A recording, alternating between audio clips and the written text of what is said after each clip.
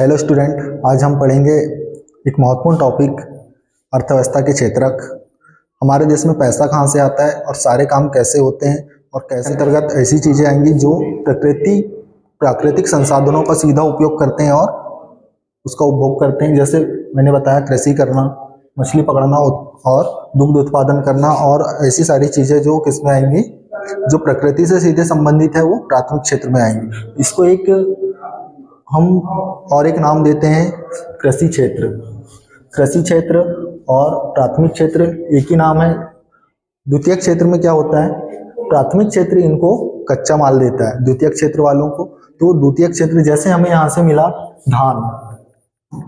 धान मिला, तो धान का चावल कौन बनाएगा, द्वितीयक क्षेत्र बनाएगा। जैसे हमें कृषि प्राथमिक क्षेत्र के अंतर्गत से मिला, हमें कपास मिला, कृषि के अंतर्गत हमें मिला कपास जब द्वितीयक क्षेत्र को मिलेगा तो कपास से वो क्या बनाएगा, कपड़े बनाएगा।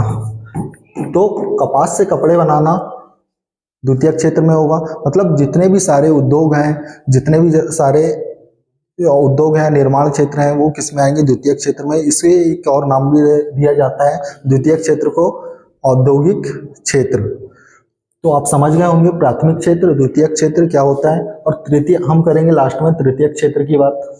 तो तृतीयक क्षेत्र में जैसे कपड़े, द्वितीयक क्षेत्र ने कपड़े बना के निर्माण कर दिया, अब उसको लोगों तक पहुंचाना है, तो तृतीयक क्षेत्र उसको ट्रांसपोर्ट के माध्यम से उसको लोगों तक पहुंचाएगा। ये किसके अंतर्गत है, जैसे ट्रांसपोर्ट वाला, यातायात वाला, ये सेवा, ये तृतीयक क्षेत्र के अंतर्गत आएगा। और इसका एक नाम दिया जाता है सेवा क्षेत्र।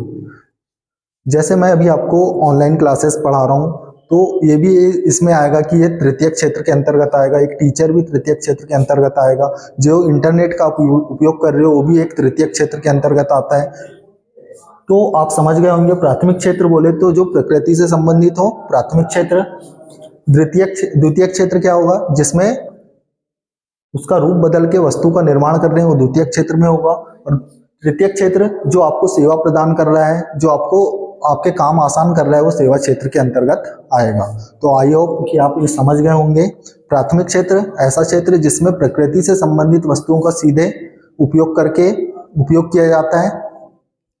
दूसरा, प्राथमिक क्षेत्र की खास बात यह है कि प्राथमिक क्षेत्र द्वितीयक क्षेत्र को कच्चा माल प्रदान करता है। तो द्वितीयक क्षेत्र उस कच्चे माल का उपयोग करके उस नई चीजों का निर्माण करता है। जैसे मैं बोलूं कि लकड़ी एक प्राथमिक क्षेत्र के अंतर्गत आएगी, और वो किसी फर्नीचर वाले के पास गई जो फर्नीचर बनाता है, उसने उस लकड़ी का बनाया, उस चेयर बना दिया। तो चेयर बनाने से उसका मूल्य संवर्धित हो गया, मतलब उसके मूल्य में वृद्धि हो गई।